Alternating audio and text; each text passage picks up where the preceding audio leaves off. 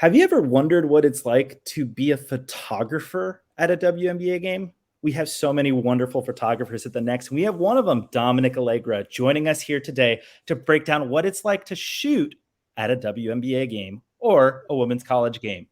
Let's get started with the Locked On Women's Basketball podcast right now. Ogunbowale for the win. You are Locked On Women's Basketball, your daily podcast on women's basketball.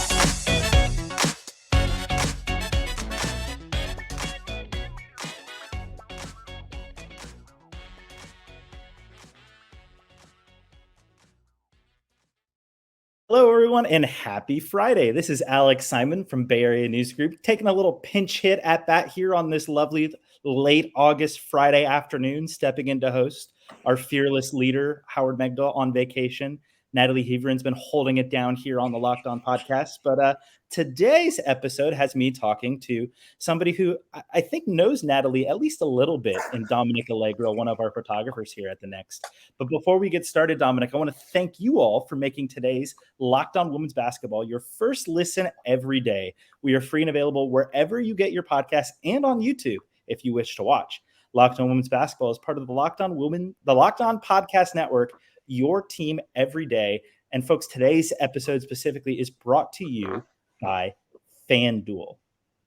With FanDuel, the official sports book of Locked On. Make every moment more. Visit FanDuel.com/LockedOn today to get more. FanDuel. On today's episode, we have Domenic on. We're going to find out a little bit of what it was like to take photos in the first place and how you got started, before we also kind of take you inside what it's like to shoot a WNBA game and maybe ask for some of the best stories. So Domenic, thank you for joining us. When was the first time you ever picked up a camera? Picked up a camera? I would say at least when I was like 6 or 7 years old. My mom was a photographer as well, but she didn't do sports. She did mostly portraiture and like flower photography. So she had equipment, but for the most part, I'd say 6 or 7 when we went on vacations and stuff like that. I took the camera around. And I'm guessing at what point did maybe the switch flip for you to just, I'm just taking photos, but I kind of want to try this whole sports shooting out in particular? For the most part, when sports got involved, it was when I was at the student newspaper for George Mason University.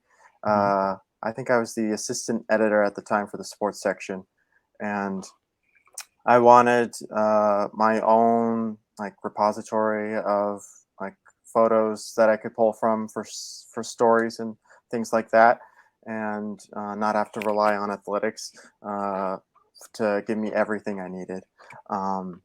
And so let's see, the summer or the late spring of 2019, I decided to buy my first DSLR. Prior to that, I'd been using just a straight point and shoot camera, which is, just a basic consumer camera that you could buy off the shelf. And once I bought my first DSLR, I figured I'd just, not do anything for the summer, and I would go straight into shooting college sports in the fall.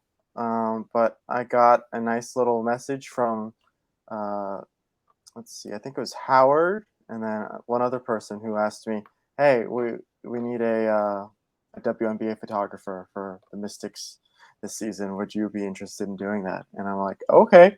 And so the first pictures I ever took on a DSLR were, I think in June of 2019 at the Mystics game. So it was very much a jump into the deep water of sports photography, but I think I've come out of it well.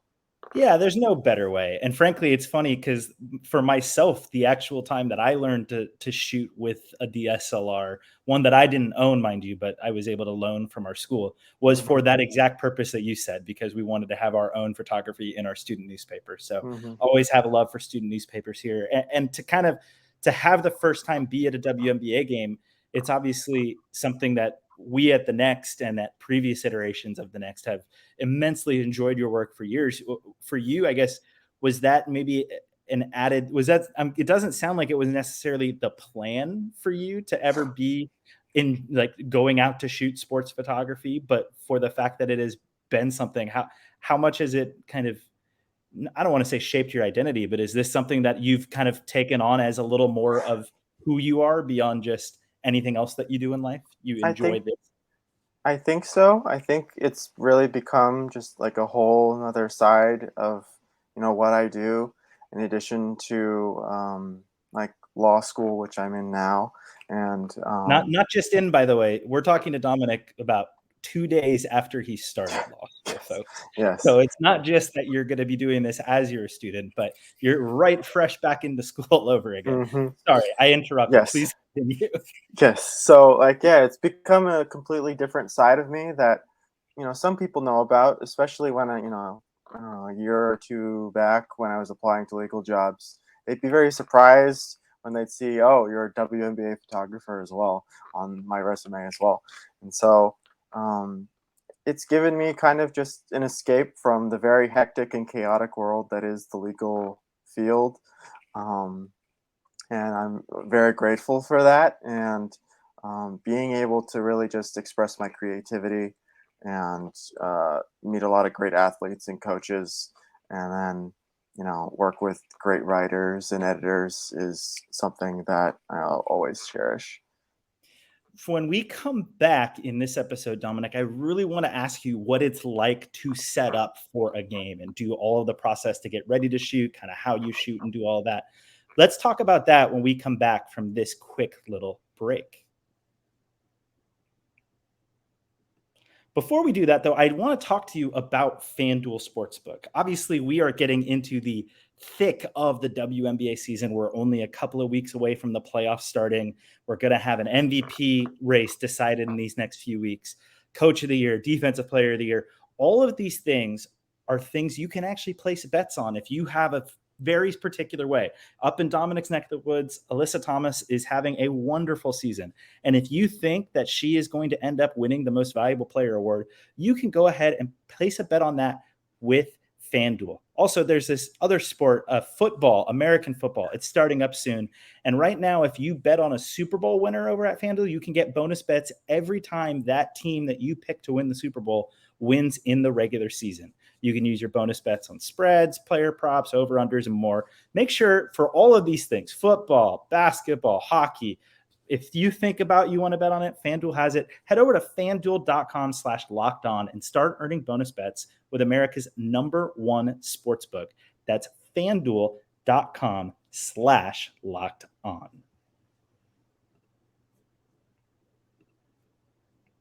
Welcome back to the Locked On Women's Basketball Podcast. So, Domenic, when people maybe, anybody can theoretically show up with a camera and shoot, but to do it in a professional sense, get credentialed and do that, there's so much background that goes into setting up. Can you kind of walk us through what, like, a day that you're going, either in Washington, now Connecticut, to shoot at a game? What is that process like for you?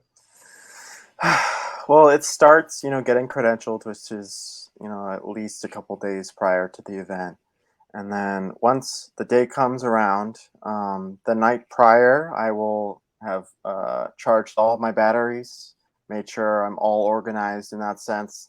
I bring pretty much with me now a big Pelican case and a full backpack with me. And that pretty much takes up a good amount of weight on my back, which my chiropractor is, not very happy about, but I kind of have to live with it. We got to get you one of the rolling bags. That's what we need. Yes, That's next. yeah, you're not wrong. But let's see. When I'm going to a game, I try to arrive around 2.5-ish hours, around maybe 2 hours and 15 minutes prior to the game. Which is basically the earliest that they'll allow media in. I normally do that when I am doing multi-camera setups, especially when I'm using what we call remote cameras. And I want to quickly jump in right there because I want you to kind of talk about that setup. But for most people who would think for a professional photographer, it's just taking the photos there. A lot of them, and at my outlet, Bay Area News Group, several of our photographers, when they shoot Golden State Warriors games in particular, basketball is such a good sport for what are called remote cameras because kind of you can directionally point at the rim and an action is going to happen in the same location often, that it allows for you to have multiple places to shoot. So part of that setup, I assume for you, is getting that remote camera just right where you can leave it be. Yes, you're exactly right. That's pretty much, I think, the first thing I set up. I prep it at least, and then once the teams have gotten off the floor, I test it out a couple times and make sure it's completely straight.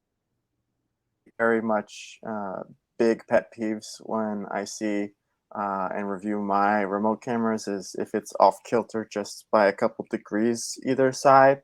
It's very unnerving, and it makes me mad that I didn't put in those extra couple minutes to make sure I got it just right.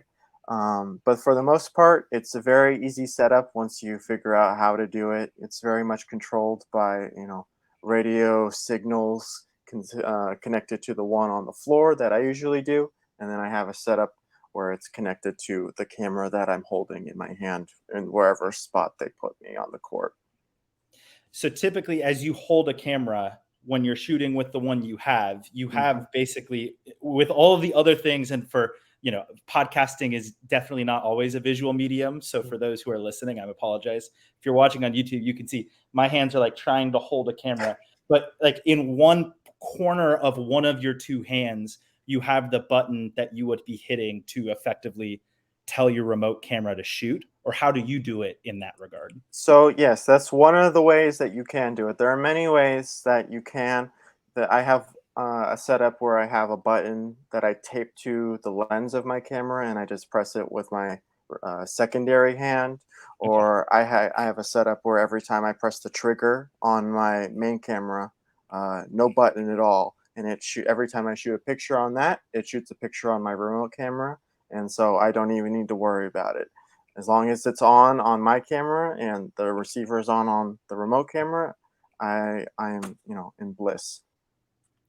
And then once you get a remote camera set up, it's then getting yourself set up. Do you at this point have, I know some photographers have two camera bodies to be able to have a longer lens and then a shorter lens, so that way action that's farther away can still, how does that go? And even just kind of passing the two cameras back and forth, what is that like for you at this point? It's very much an exercise. I have You're sitting there, right? People don't realize, even if you're sitting there, there is a lot of exercise happening here. Oh yeah, it's like, so I think I obviously bring two camera bodies with me on the baseline.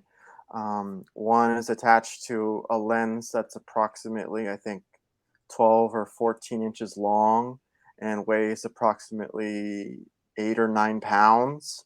And so that is usually for my longer distance, like cross court action.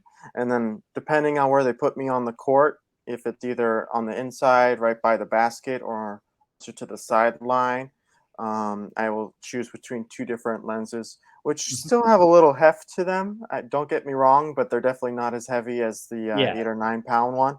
But 2 to 3 pounds, not nothing. A lot different than 8 or 9 pounds, though. Yes, and so when you're going back and forth, basically, that's like picking up, like, I don't know, like a 10-pound dumbbell, and then just picking up, putting it down, picking up, putting it down. And if you can think about doing that approximately, I don't know, I'd say like 30 times in 10 minutes, maybe more. Potentially even more than upwards. that. Yeah, potentially upwards of 50 times a quarter, even. Yeah. Then It's quite intensive. You can get some good forearms that way, I'm sure. Mm-hmm. When you look at a typical game night, and then I'm going to ask you something totally different after our next commercial break, but if you have all three going, a remote camera setup, you're switching between two, how many images, like a single photo? Obviously, you don't use all of the ones you take, but how many do you think you take on a given night? And then as you cull it down, how many do you end up with that you think, I want to use these, kind of to give people a sense as to how, for a professional, that big number, if you will? Okay, yeah. So I have a 4 or 5 stage, depending on the night, culling process. I take approximately, if I'm doing 3 cameras, it's approximately, I'd say, 4,000 to 4,500 photos for one game. The remote camera is quite easy to go through because you can tell when action is there and when it's not, because Mhm. you're basically shooting all the time. For the other ones, I basically go through a first degree of culling just to get the ones I sort of like. And I go through a second round where I pick the ones where I definitely like. And then this is the one where it's on and off, where I get rid of, if I have duplicates of things, I get rid of those. And then cropping and editing is where I finish it out, because some photos just when they're cropped, and some photos just don't look good when they're edited in my style. And so I ended up getting rid of those as well. And I try to have a standard where it's just so good that I try and not deviate from it at all. And so Mhm. um, if I say, oh, this one looks okay, maybe I should just keep it, then I know I probably shouldn't keep it, because it's something on the fringe, and I want to be, very confident in what I deliver. And so um, anything that you guys, the editors, the writers pick, I want to be happy and fulfilled that you chose that photo. And if I'm not proud of the photos that I'm culling through, I definitely don't want them to be published. So uh, that's what I would say to that. I can't imagine any of our readers over at the Next have ever seen a photo from you that they haven't been wowed and amazed by, because I, as an editor, feel that way every time. When we come back, I want to ask you some of your favorite stories from shooting the WNBA and even college games with the Next. But we're going to take a quick ad break first.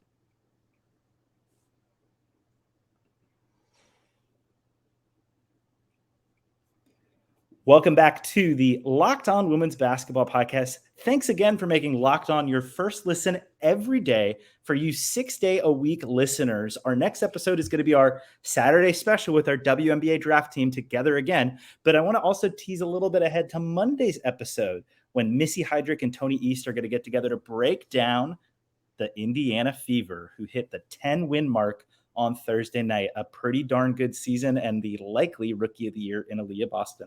That'll be coming to you on Monday. But today we have one of our WNBA photographers, does all sorts of things for us, Domenic Allegra.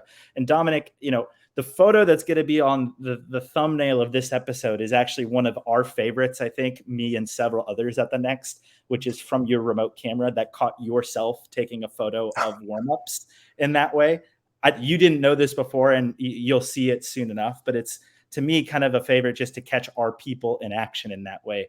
What stands out to you maybe as some of your favorite kind of stories of taking photos or being in places? I would imagine, when you get started in 2019, that Mystics team that you were around wins the WNBA championship. That maybe has to stand out at least a little bit. It does indeed. I have very fond memories of that. There are definitely some things of during that run, or my experience now would just cringe at some of the things that I did. But those memories of seeing the team win and then raising the trophy above their heads is something that I'll never forget. And like the 2019 is definitely, I think, one of the standout memories that I have from photographing the WNBA. How different, obviously in 2020, the W went to a bubble, and in 2021, there was kind of an evolving process. How different was that season in terms of shooting for you? Oh gosh, the 2021 season was something that I obviously had never had experience with. For the most part, I think except for the last maybe 2 or 3 games of the season, they put everyone on the concourse, and that Mhm. means like even like the high brands like Getty and USA Today, the Washington Post. Nobody had court access except for the team and league photographers, and so you kind of just at that point got to get creative. I ended up finding a couple photo spots that I really liked, and I got a couple, great images from. And so, just trying to, deal with, COVID and what as well, and just trying to make sure I'm safe in that respect as well. But finding those great photo spots when it's quite difficult for the most part to get a lot of images up above because at some points they kind of just all mend together and Mhm. they uh, they all start kind of looking the same. But you got to get creative in that aspect, and I think I did for the most part. And I would imagine for those who maybe don't kind of think about it in the photographer sense as to what makes a good photo, the key that for photographers would make the baseline better than maybe being above the action is it's all about angles, right? Lower Can is you better. can you kind of explain, at least in your head, why you would say that that is? It's kind of, I don't want to say it's a psychology thing, but shooting from a lower shooting perspective kind of puts your subjects in a more revered uh, position by looking up to them, and so makes them look more heroic, I guess, and I guess makes the photo for the most part look just even better. Obviously, I will sing a few praises here because I know that a lot of your work that you've done covering the Mystics has been so outstanding that even some of the players themselves, kind of without prompting, just see it and decide, I want to share that work too. I know Elena Deladon has pretty frequently used your work kind of on her own personal Instagram. Mhm. Obviously, just as a personal point, can you kind of say how, like, I would assume that's pretty cool, but can you kind of Yes. put it in your own words, like what that's like when you see your work kind of, this isn't what you're doing it for, but it still makes it cool nonetheless, I assume. I think seeing athletes and coaches kind of just show their appreciation for my work is kind of a great trifecta because I appreciate my own work obviously, and then the people that employ me and use my photos at the Next and anywhere else, I get that fulfillment from them, and then just seeing the people that I take the photos of appreciating what I do and using it either in their Instagram posts or profile photos. Those are the great things about that. Um, just feels great, and just working with them for the most part. I mean, is fantastic as well. They're all great people. I appreciate you know everything. A lot of the Mystics players and some of the other players that I've worked with before. Just giving them photos and then posting them. I'm very appreciative of everything like that. And again, to let me sing your praises, it's also been able to kind of take you on some pretty cool adventures in that way. I know that you were down in Dallas quite a bit in the spring, but for multiple reasons, one of them being to shoot for Athletes Unlimited during their basketball season. There was the Final Four shooting for the Next.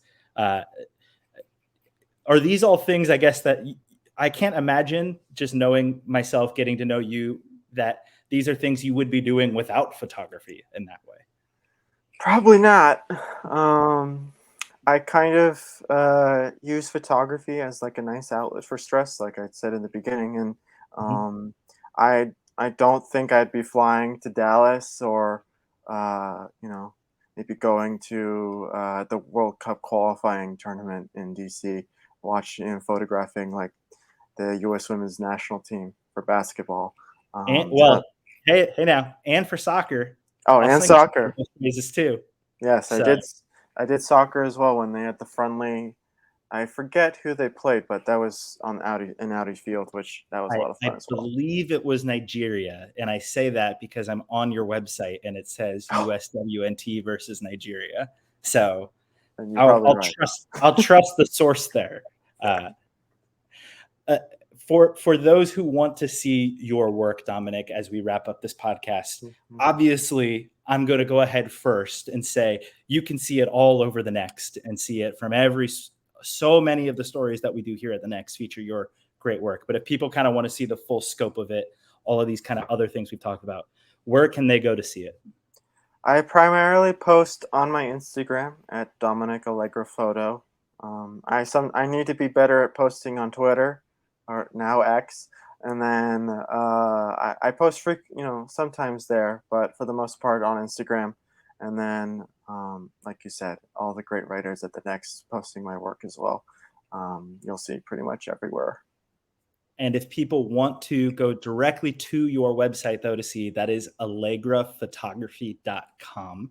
And you can see so many of the wonderful things you do. Domenic, thank you so much for taking the time to sit down today and talk about photography and everything about shooting in the WNBA in that sense. And thank you all for joining us today to join us on the Locked On Women's Basketball podcast. And we want to thank you for making it your first listen every day.